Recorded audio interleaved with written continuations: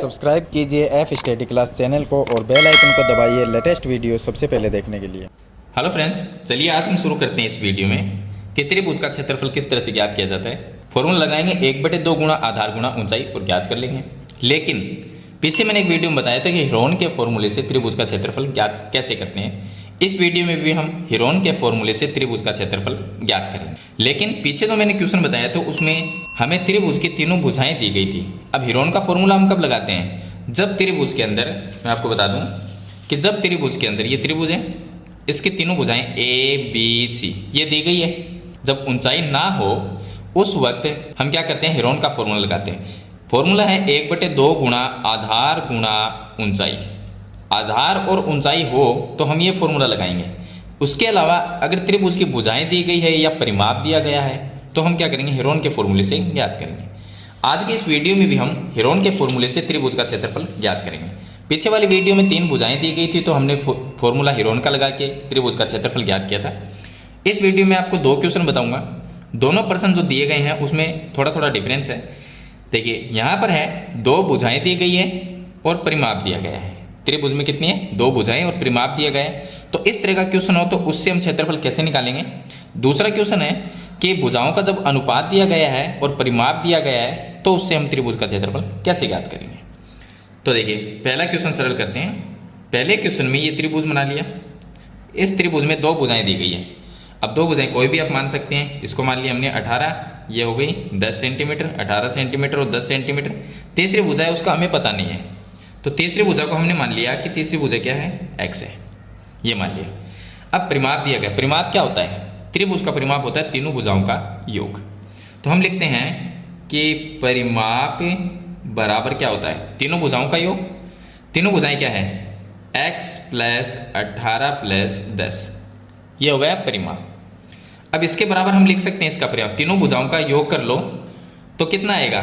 अब यहाँ पर जो भी आएगा वो हमें नहीं लिखना, हमें क्या लिखना है? परिमाप जो दिया गया है वो कितना है? 42। 42 और ये चीज़ x + 18 + 10 बराबर में 42, ये दोनों क्या है? आपस में बराबर है, क्योंकि इनको जोड़ेंगे तो ही परिमाप आएगा। और 42 है वो भी हमें परिमाप ही दिया गया है।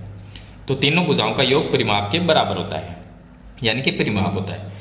अब यहाँ से हम x का मान है वो ज्ञात कर लेते हैं। x का मान कैसे आएगा? x का मान ज्ञात कर लेते हैं। 18 + 10 कितने हो जाएंगे? 28 हो जाएंगे।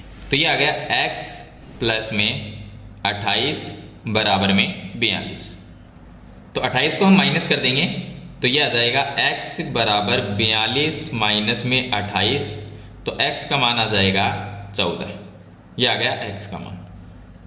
अब x का मान आ गया, यानी कि तीसरी भुजा आ गई। 2 भुजाएं दी गई है 18 10, तीसरी भुजा x है, मानी थी हमने, उसका मान कितना आ गया? 14। तो ये आ गए 14 सेंटीमीटर। 3 भुजाएं आ गई त्रिभुज की। अब आप इससे त्रिभुज का क्षेत्रफल ज्ञात कर सकते हो। कैसे करना है? पहले आपको अर्ध परिमाप निकालना है। हीरोन का अगर फॉर्मूला आपको काम में लेना है तो आपको अर्ध परिमाप निकालना है। परिमाप जो दिया गया है उसका आधा कर दो तो अर्ध परिमाप आ जाएगा। चलिए मैं यहाँ पर लिख देता हूँ अर्ध परिमाप। अर्ध परिमाप यहाँ पर क्या होता है? s होता है। हीरोन के फॉर्मूले में जो s लिखा है वो अर्ध परिमाप है। तो हम क्या करेंगे? 42 में 2 का भाग दे देंगे तो कितना आ गया? 21 सेंटीमीटर। ये आ गया इसका अर्ध परिमाप। अब इसके अंदर आप हीरोन का फॉर्मूला लगाओ और इसको सरल कर लो।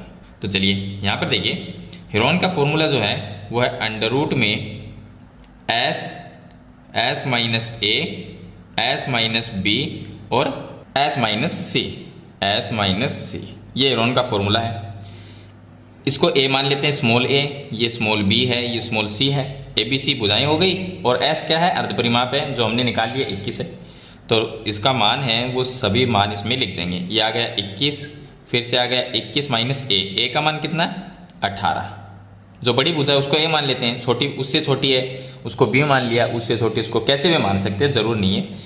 अब देखिए उसके बाद में आ गया s का मान 21 माइनस b का मान कितना है? 10। उसके बाद में 21 माइनस c का मान 14। चलिए सरल कर लेते हैं। तो 21 की जगह 21 गुणा में 21 माइनस 18 करेंगे 3 आएगा, फिर गुणा में 21 माइनस 10 करेंगे तो 11 आ जाएगा, फिर गुणा में 21 माइनस 14 करेंगे तो कितना आएगा? 6 और 1 7, ये आ जाएगा। अब इसका हम रूट निकाल लेते हैं। रूट निकालने के लिए क्या करेंगे? 21 यहाँ पर हम लिख सकते हैं 7 × 3 × 11 × 7। 7 कितनी बार है? सॉरी यहाँ पर एक 3 ये पहले से भी था, तो वो 3 मैं यहाँ पर लिख देता हूँ। 7 है 2 बार, तो 7 को हमने ले लिया बाहर।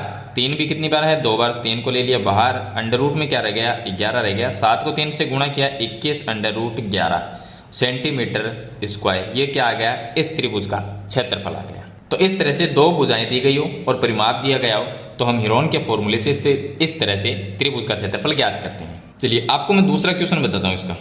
दूसरे क्वेश्चन में क्या है, दूसरा जो क्वेश्चन उसमें दिया गया है, भुजाओं का अनुपात दिया गया है और परिमाप दिया गया है।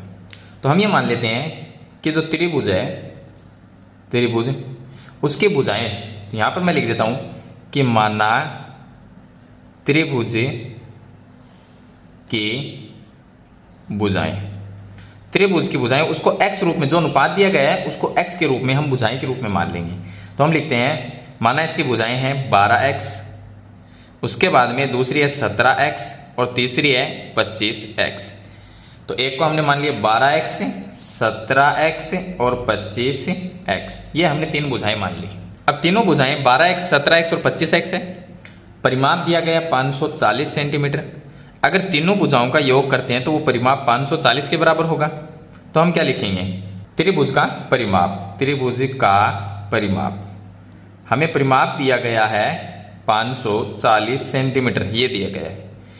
अब तीनों भुजाओं को जोड़ते हैं तो भी क्या आएगा, 540 के बराबर होगा। क्योंकि हमें यहाँ पर क्या निकालना है, देखिए ये जो अनुपात दिया गया है इसको हमने मानना है, ये सिर्फ मान लिया कि 12x, 17x, 25x ये 3 भुजाएं हैं। क्योंकि ये अनुपात में दिया गया, हमने तो x के रूप में इसको भुजाएं के रूप में मान लिया। अब भुजाओं के रूप में हमने मान लिया, तो अगर हीरोन का फॉर्मूला में काम में लेना है तो यहाँ पर पहले भुजा निकालनी पड़ेगी, अर्ध परिमाप भी निकालना पड़ेगा। चलो अर्ध परिमाप में दिक्कत नहीं है, क्योंकि 540 से ये परिमाप, इसमें 2 का भाग देंगे तो अर्ध परिमाप आ जाएगा। लेकिन ABC त्रिभुज की भुजा है वो कहाँ से लेके आएंगे, उसके लिए हमने ये माना है कि ये x के रूप में इनको मान लिया, 12x, 17x और 25x। अब यहाँ से हम x का मान निकालेंगे और x का मान वापस यहाँ पर रख के और भुजाएं हैं वो निकालेंगे पहले, यानी कि ABC का मान। तो परिमाप है वो 540 दिया गया है। तीनों भुजाओं का योग करते हैं तो भी परिमाप ही आएगा, तो इनका योग कर लेते हैं तीनों का। कितने हैं, 12x प्लस में 17x और प्लस में 25x बराबर में आ गया 540 सेंटीमीटर। अब इनको प्लस करते हैं, ये हो जाएंगे 29 और 25 करेंगे तो आ जाएंगे 54, यानी कि 54x हो जाएंगे। तो ये आ गया हमारे पास में 54x बराबर में 540। x का मान निकाल लेंगे, 540 के बट्टे में आ जाएगा 54, भाग देंगे तो चला गया एक बार, यानी कि 10 आ गया। x का मान 10 आ गया। x का मान यहाँ पर लिखेंगे x की जगह और भुजाएं हैं वो ज्ञात करेंगे। तो त्रिभुज की भुजाएं क्या होगी, त्रिभुज की भुजाएं पहली कितनी है, पहली है 12x है, तो यहाँ पर लिखते हैं 12 गुणा में 10, कितना आ गया, 120 सेंटीमीटर, ये आ गया।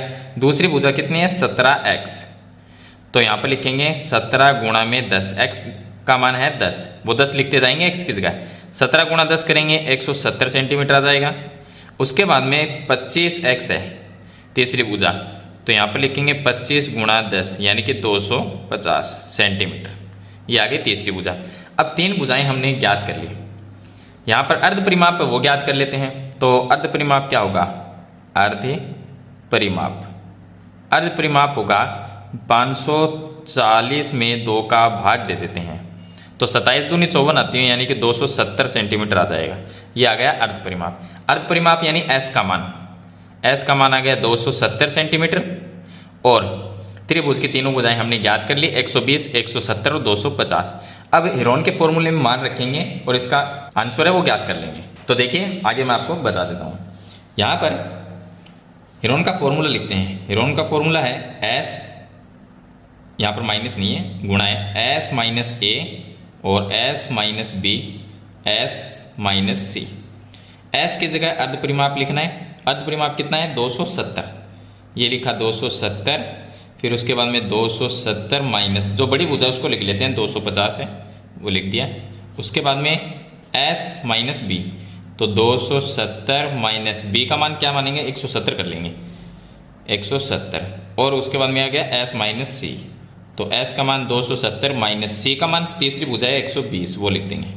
अब इसको सरल कर लेते हैं, तो ये हो गया 270 गुणा में 270 250 में अंतर कितना है 20, गुणा में 170 और 270 में फ़र्क कितना है 100, और 270 और 120 में फ़र्क कितना है 150, तो ये आ गया 150। अब देखिए इसको सरल करेंगे तो इसको हम लिख सकते हैं, गुणा के रूप में लिख लेते हैं। 270 को लिख सकते हैं 27 गुणा 10, गुणा में 20 को लिख सकते हैं 2 गुणा 10, 100 को लिख सकते हैं, 100 का रूट निकल जाएगा 10, ठीक है। उसके बाद में ये आ गया 100। 150 को हम लिख सकते हैं गुणा के रूप में 15 इंटू 10, ये लिख सकते हैं, ये लिख दिया। अब यहाँ से देखिए ये 100 है, इसका रूट निकालेंगे तो 10 आ जाएगा। उसके बाद में यहाँ पर 10 2 बार है, ये भी बाहर आ गया, तो पीछे जो भी रहेगा उसको हम रूट में लिख देते, 27 रह गया, इंटू में 2 रह गया, फिर यहाँ पर इंटू में 15 इंटू 10 ये रह गया। अब देखिए इसका मतलब हो गया 100, गुणा करेंगे तो 100 आ गया। इसको सरल करें तो क्या आएगा, देखिए इसको सरल करेंगे तो 27 को हम लिख सकते हैं 3 इंटू 9 लिख सकते हैं। उसके बाद में 15 दूनी ये कितने हो जाएंगे 30, और 30 को हम लिख सकते हैं 3 गुणा 10, और जो 10 है वो 10 ही रह जाएगा। अब देखिए ये 10 है, फिर से बाहर आ जाएगा, ये जो 3 है ये भी बाहर आ जाएगा, तो 100 लिख दिया। उसके बाद में 3 2 बार है, ये आ गया, 9 का रूट निकाल लेंगे, 3 आ गया, 2 बार 10 है, इनमें से 10 आ गए, तो रूट में कुछ नहीं रहा, तो संख्या आ गई ये। गुणा कर लेते, 3 को 3 से गुणा किया, 9 आ गया, जीरो कितने लगाने 2 और 1 3, 3 जीरो लगा देंगे, 9000 सेंटीमीटर स्क्वायर ये आ जाएगा इस त्रिभुज का क्षेत्रफल। तो इस तरह से हम त्रिभुज का जो क्षेत्रफल है वो ज्ञात करते हैं, यानी अलग अलग तरीके हमें जब दिए गए हो, क्वेश्चन अलग अलग हो, जिसमें 2 भुजाएं एक परिमाप हो या भुजाओं का अनुपात दिया गया हो और परिमाप दिया गया हो, तो इस टाइप के जो क्वेश्चन है वो मैंने आपको बता दिए हैं, ये दोनों क्वेश्चन। आई होप ये आपको अच्छी तरह से समझ में आ गए होंगे। फिर भी आपका कोई सवाल या सुझाव है तो मुझे कमेंट बॉक्स में ज़रूर लिखें। आज की वीडियो में इतना ही, मिलते हैं एक नई वीडियो के साथ, तब तक के लिए थैंक यू।